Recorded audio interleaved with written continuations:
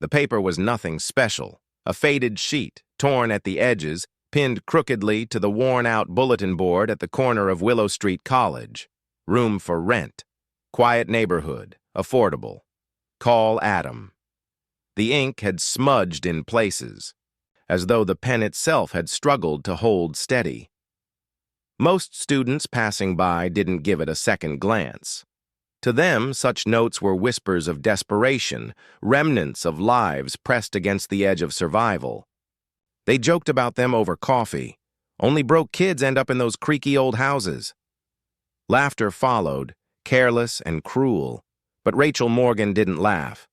She stopped in her tracks, her gaze lingering on the paper as though it called only to her.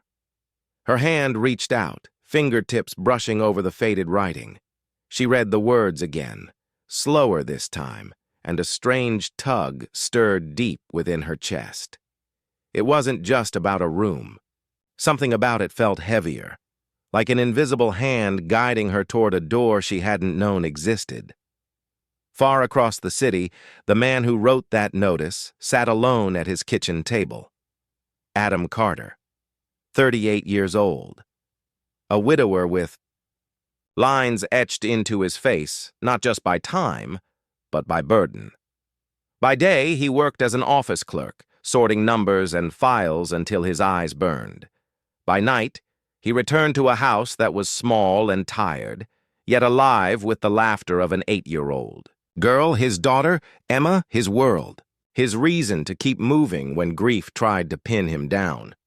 The house carried history in every creak of its floors, every crack in its walls.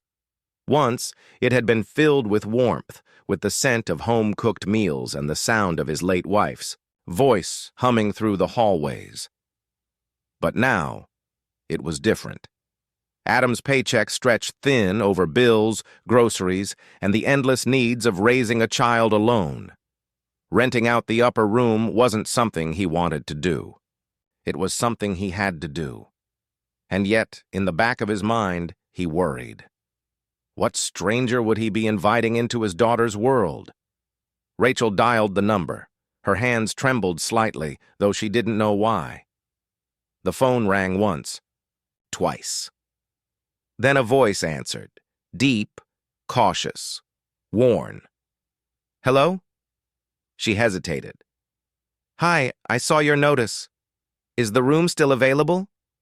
There was a pause, long enough for Rachel to wonder if she'd made a mistake, if perhaps she was stepping into something she shouldn't. Then the quiet reply came. Yes, you can come by today if you'd like. That afternoon, Rachel stood at the end of a narrow lane, suitcase in hand. The Carter house sat tucked between two tall hedges, its paint chipped, its porch sagging ever so slightly.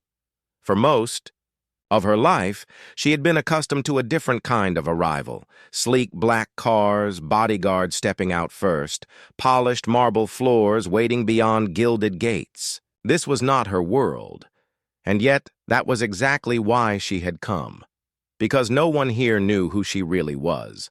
No one here knew she was the daughter of Richard Morgan, one of the city's wealthiest businessmen. And she wanted it that way. Adam opened the door himself. His shirt sleeves were rolled up, his dark hair disheveled, his eyes holding both fatigue and kindness. He looked her over, not in judgment, but with the careful measure of a man who thought first of his child's safety. You're Rachel. She nodded. Before he could say another word, a small figure peeked out from behind his leg. Big brown eyes, pigtails slightly messy, a stuffed rabbit clutched tightly in her hands. Is she the one, Daddy? The little girl whispered, her voice carrying both curiosity and hope. Rachel crouched slightly, smiling. Hi there. I'm Rachel. Emma studied her, long and serious, as though weighing something far greater than first impressions. Then she grinned. You can stay. You look nice. The decree was so innocent, so final, that Adam couldn't help but let the corners of his mouth lift for the first time in days. He cleared his throat, embarrassed by the sudden warmth. This is my daughter, Emma, he said softly. She'll be around a lot. If that's a problem. "It's not," Rachel interrupted gently. "Not at all." Upstairs the room was modest. Bare walls, a narrow window overlooking the street, a bed with sheets worn thin but neatly tucked. To most, it would have seemed meager. To Rachel, it felt like a beginning. She placed her suitcase down, her pulse racing with equal, parts nerves and relief. Adam lingered at the doorway, his tone careful. "Rent is due at the end of the month. I'll keep things fair. If you need anything, just knock." Rachel met his gaze, her voice steady. "Thank you. I think this will work." She didn't tell him she could rent the most luxurious apartment in the city with a swipe of her card. She didn't tell him her father would explode if he knew she was here. Because for once, Rachel Morgan wasn't chasing wealth or comfort. She was chasing something else entirely, something she didn't yet have the words for, and neither Rachel nor Adam had the faintest idea how much this simple arrangement would change all their lives. The first night in the Carter house felt unlike anything Rachel had ever known. She lay on the small bed upstairs, staring at the faint cracks on the ceiling, while the floorboards groaned gently beneath her weight. The air smelled faintly of laundry soap and old wood, and the silence carried a strange comfort. She had grown up in a mansion where the polished marble echoed her footsteps and the constant movement of staff filled every hallway, but the grandeur had always left her hollow. Here, the quiet was broken only by the faint laughter of a child drifting from downstairs, a sound that wrapped around her like a soft blanket. It wasn't luxury, but it was real, and that night she realized real was what she had been longing for all along. The next morning, sunlight streamed through the narrow window and the smell of pancakes drifted upward. Curious, she followed the aroma and found little Emma swinging her legs at the kitchen table, while Adam flipped pancakes in an old skillet scarred from years of use. Emma spotted Rachel first and greeted her with a cheerful wave, her fork held, high as though she were casting a spell of welcome. Adam looked up briefly, his expression carrying the weight of exhaustion yet softened by a flicker of warmth. He told her she didn't need to trouble herself because her portion had its own kitchen, but Rachel simply smiled and said she thought she might help. Emma instantly seized the opportunity, begging Rachel to help with homework instead. And when Rachel crouched down to ask what subject, the little girl groaned that it was math, the most evil subject of all. Rachel laughed and admitted she used to think the same, and in that small moment, a thread was woven, delicate yet strong, between them. Over the next days, a rhythm formed. Rachel attended her classes in the mornings, returned in the afternoons, and found herself more often downstairs than in her room by evening. She helped Emma with schoolwork, listened to her endless stories, and sometimes even read her bedtime tales when Adam returned too late from work. Emma began calling her big sister, and though the words were innocent, they stirred something deep in Rachel's heart, a longing she had never been able to name. Adam noticed the bond quietly. One evening, he leaned against the doorway as Rachel braided Emma's hair, his tired face softening with an emotion he rarely allowed himself to show. He admitted Emma had taken quite a liking to her, and Rachel, with a faint smile, replied that Emma was easy to love. Adam studied her for a long moment, sensing there was something unusual in her manners and her grace, something that did not match the life of a struggling student. But he pushed the thought aside, telling himself everyone had their mysteries. The hints of her hidden life slipped through in subtle ways. Her sleek phone once lit up with dozens of messages from a group chat labeled Morgan Family Gala, which she quickly silenced as if embarrassed. When Emma asked if she had ever eaten at a fancy restaurant, Rachel smiled knowingly but deflected the question, asking instead about Emma's favorite food. When the little girl whispered chocolate chip cookies, Rachel promised she would bake them. Another time, Adam's old car broke down, and Rachel quickly offered to cover the repairs, disguising it as knowing a cheap mechanic. Adam politely declined, his pride outweighing his fatigue, but Rachel found small ways to help anyway, She brought home groceries and claimed they were part of a 2-for-1 deal. She slipped new pencils into Emma's bag, insisting they were extras from college. Emma accepted everything without question. But Adam noticed. He noticed the ease with which she gave, the quiet dignity in her gestures, and the way she respected his pride by masking her generosity. Late one night after Emma had gone to bed, Adam stepped outside to lock the gate and found Rachel sitting on the porch, her gaze tilted upward to the stars. He asked if she liked it here, and she turned with eyes that seemed to carry both light and sorrow, admitting it was more than she ever expected. Most students, she said, didn't want to live in a creaky house with a single dad and a child. But she wasn't most students. She whispered that what she sought was something that felt like home. Adam didn't press further, though her words lodged themselves deep within his chest, echoing long after he returned inside. Rachel continued noticing the quiet strength in Adam's life.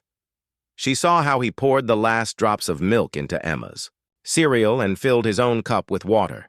She saw how he stitched the soles of his shoes rather than buying new ones, and how he walked. These small details spoke louder than any declaration. Adam Carter was a man who carried the weight of the world with dignity, never asking for help. And though Rachel came from wealth beyond measure, she found herself admiring him, even longing to be part of that simple resilience. One Saturday morning, Emma tugged at her sleeve, whispering that Daddy said they couldn't go to the fun fair this year because the tickets cost too much, though she tried bravely to hide her disappointment. Rachel's heart tightened. That evening, she searched online for discount vouchers, determined to give Emma the joy she deserved. A week later, the three of them walked through the fairgrounds, Emma squealing with delight. When Adam frowned at the tickets, Rachel quickly claimed they were free passes from her college as part of a promotion. Adam's eyes narrowed with suspicion, but he said nothing. Emma's laughter was too precious to ruin, and Rachel's quiet kindness continued weaving itself into the fabric of their days. She left grocery bags on the counter with the same excuse of 2-for-1 deals. She placed fresh notebooks in Emma's bag, insisting they came from her professors. She even arranged for a mechanic to fix Adam's car, leaving money in an envelope marked as a college refund. Adam was not a fool. He noticed everything. But he also noticed the respect in her deception, how she never flaunted what she gave, how she always disguised it in a way that preserved his dignity. Pride and gratitude battled within him, but he allowed the charade to stand, silently thankful for her presence. That night, after Emma fell asleep on the couch with her rabbit clutched tight, Adam covered her with a blanket and stepped onto the porch again. Rachel sat sipping tea, her eyes lost in thought. He told her quietly that she did a lot for them. She startled, insisting Emma felt like a little sister to her. He looked at her long and steady, confessing that she bought more than she should. Groceries, supplies, even those fare tickets. Her chest tightened and she asked if he wanted her to stop. Adam shook his head. No, he said. He only wondered why.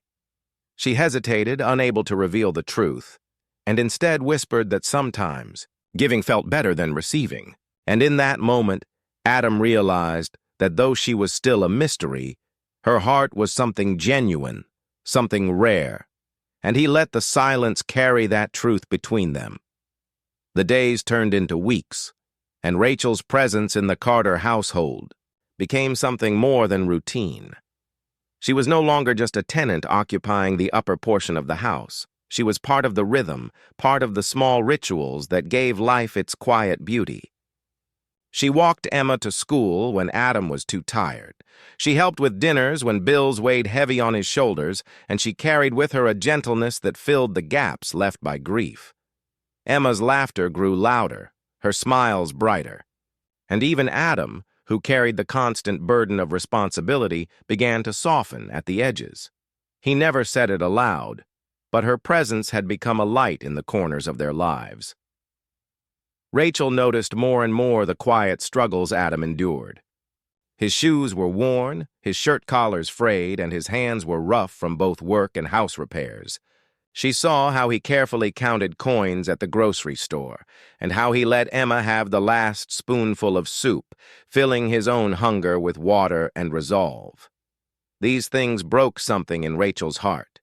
For all the wealth she had once been, surrounded by, she had never seen sacrifice like this, never seen love measured not in words but in actions, so small and selfless they could almost be missed. It made her realize how little money meant when compared to the strength of a man who gave everything to his child.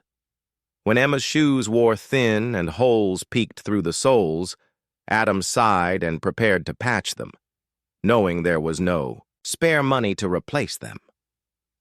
Rachel returned from college that day with a bright new pair, claiming they were from a friend who had bought the wrong size. Emma squealed with joy, hugging Rachel tightly, and Adam stood silent, torn between pride and gratitude. He wanted to protest, to tell her it wasn't her responsibility, but Emma's laughter silenced him. That night, he sat at his desk staring at the stack of bills, wondering how this young woman had managed to soften the edges of their hardship with nothing but kindness, wondering too why she gave so much without asking for anything in return. One evening, Emma tugged Rachel and Adam into the living room, her eyes wide with innocence. She asked if Rachel could stay forever, as though the world were that simple.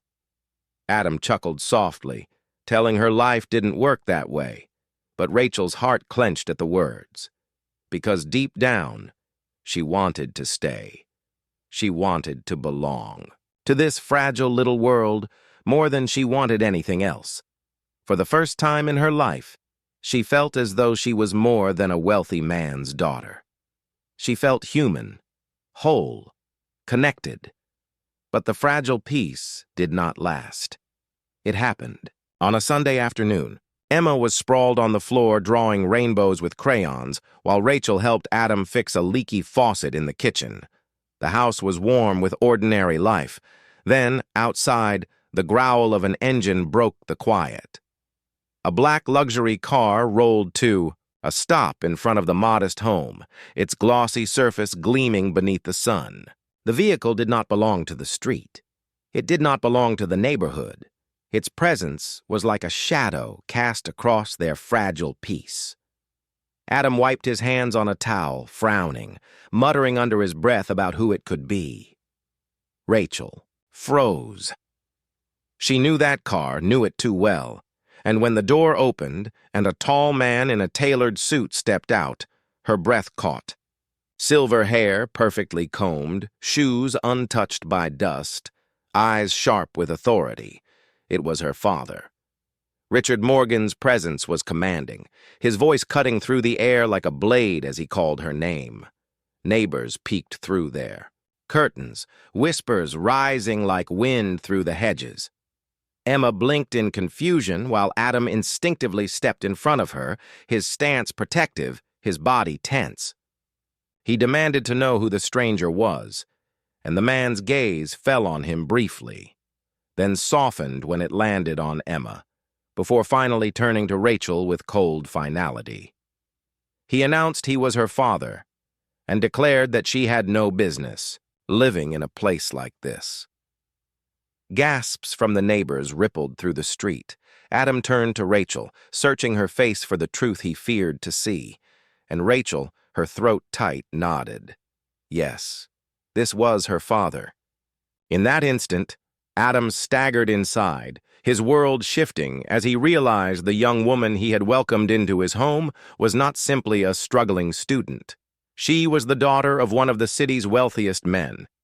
Richard stepped closer, his voice heavy with authority as he ordered her to pack her things.